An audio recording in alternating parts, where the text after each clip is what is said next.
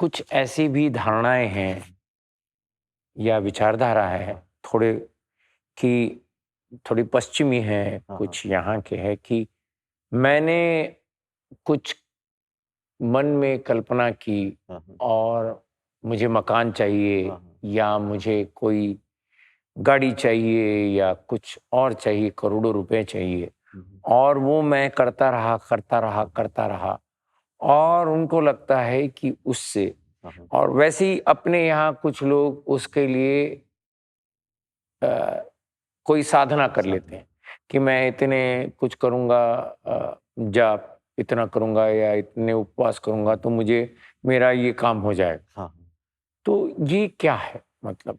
हाँ, ये आप कह रहे हो उसमें से जो मुझे समझ रहा है, वो ये हो सकता है विज़ुअलाइज़ेशन मतलब उसे आपको एक आकार या रूप देना है उसे रूप देना है। या मैनिफेस्टेशन या प्रकटीकरण जी। जो आपके सामने वो हो जाए। तो हम अभी भी बात कर सकते हैं कि जैसे कि अगर आपको कुछ ऐसे सोचते हो कि मुझे एक बड़ा बंगला चाहिए, हुँ, बहुत बड़ा ह्यूज बंगला, तो अभी हम शुरू करते हैं हुँ। सोचने के लिए बैठे-बैठे और यही बैठे-बैठे हम बहुत कुछ सोच लिए, कल्पना कर लिए। हमने सारे काम छोड़ दिए। ऐसा समझिए कि हम अभी संन्यास ले लिए। यहाँ बैठ के अभी हम कल्पना करना शुरू किए कि एक ऐसा बंगला बने जहाँ पर इतने पिलर्स हों, इतने दरवाज़े हों, इतने फ्लोर्स हों, उसका कलर व्हाइट कलर का हो, उसके ऊपर डोम हो, उसके ऊपर भी गोल्डन कलर का डोम बने। तो हम अपनी तरफ से बहुत कल्पना कर रहे हैं और 2 साल तक इधर ही बैठे हम और सोच रहे हैं कि ऐसा हो, ऐसा हो, ऐसा हो, ऐसा हो। 2 साल हो गए और हम हिल नहीं रहे यहाँ से। 3 साल हो गए, 5 साल हो गए, 10 साल हो आपको क्या लग रहा है कितने सालों के बाद बनेगा वो? हाँ, वो बनेगा तो सिर्फ़ आपके दिमाग के अंदर ही बनेगा दिमाग में ज़रूर बनेगा। बनेगा हाँ, पर आपको रहने के लिए मिलेगा नहीं। उसे आप छू नहीं सकते हो, महसूस कर सकते हो। जी, जी, जी। फिर अपने भीतर आप उस बंगले में रह सकते हो। वहाँ पर आपको आनंद प्राप्त होगा क्योंकि आपने वो बनाया है। 10 साल, 15 साल, 20 साल की मेहनत से, पर वो सिर्फ़ आपके भीतर ही है। भीतर ही है। तो सीधी-सी बात ये है कि ये जीवन का नियम है। कुछ भी प्राप्त करने के लिए आपको कार्य करना होता है, एक एक्शन करना होता है। उस एक्शन का बेस जो है, शुरुआत जो मूल है, वो है इच्छा।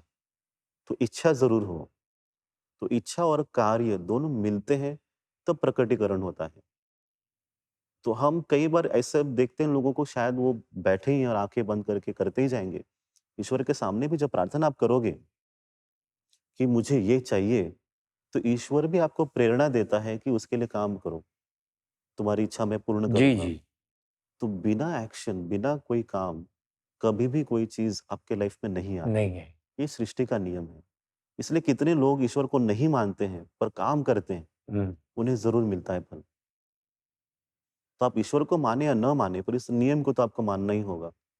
कर्म करें, जो फल आप चाहोगे आपके पास ज़रूर मिलेगा। कब आएगा वो पता नहीं, पर कर्म कभी भी व्यर्थ जाते नहीं हैं। काम करते रहें निरंतर, निरंतर काम करते रहें। ज़रूर आप वहाँ तक पहुँचोगे जहाँ आपको पहुँचना है। तो इच्छा रहे और कर्म रहे। वाह!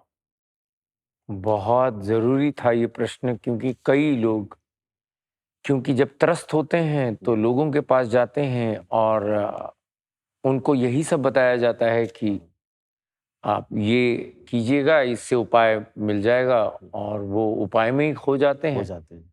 और पैसा भी खर्च होता है और जो मौलिक समय है, वो भी बिना कुछ किए वैसे ही व्यतीत हो जाता है। यस, तो यस। वो बात ज़रूरी है कि आप अपना कार्य करते रहें। कार्य करते रहें क्योंकि जैसे इच्छा हाँ, जो आप साधना कह रहे हो ना, ये साधनाएँ आपको बाँध के रखती हैं, मुक्त नहीं करती। वाह! सच में जो गुरु होते हैं, उनकी पूरी कोशिश यही होती है कि आप मुक्त हो जाएँ। आप अपने आप को पहचानें। आप उस रास्ते पे चलें जहाँ पर आप संपूर्ण हो।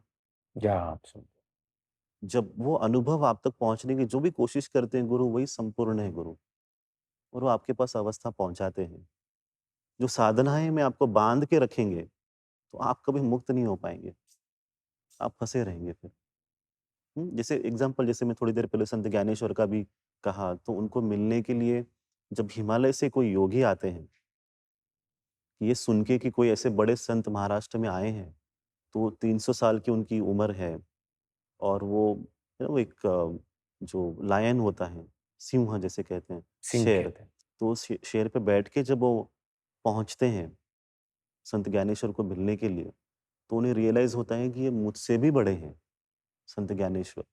आध्यात्मिक अवस्था में या सिद्धि प्राप्त करने में जब उनको देखते हैं, तो फिर वो सरेंडर करते हैं, शरण जाते हैं, संत ज्ञानेश्वर। तो वो भी एक अच्छी अवस्था में थे, जो हिमालय से योगी आते हैं, भगवान चांगदेव, जो चांगदेव। जो खुद उस अवस्था में हैं और वो पहुँचने के बाद भी उनको लगता है कि ये मुझसे भी ऊपर है, क्योंकि मैंने सिर्फ़ सिद्धियाँ प्राप्त की।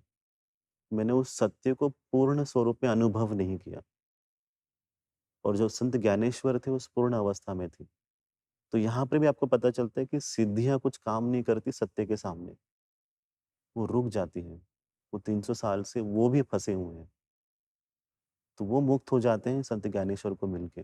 तो साधनाएँ अगर आपको बाँध रही हैं, तो आपको उससे मुक्त होना ज़रूरी है और वो आपको आपके ईश्वर या आपके जो गुरु हैं, वो आपको उससे मुक्त कर देंगे। मुक्त कर सकते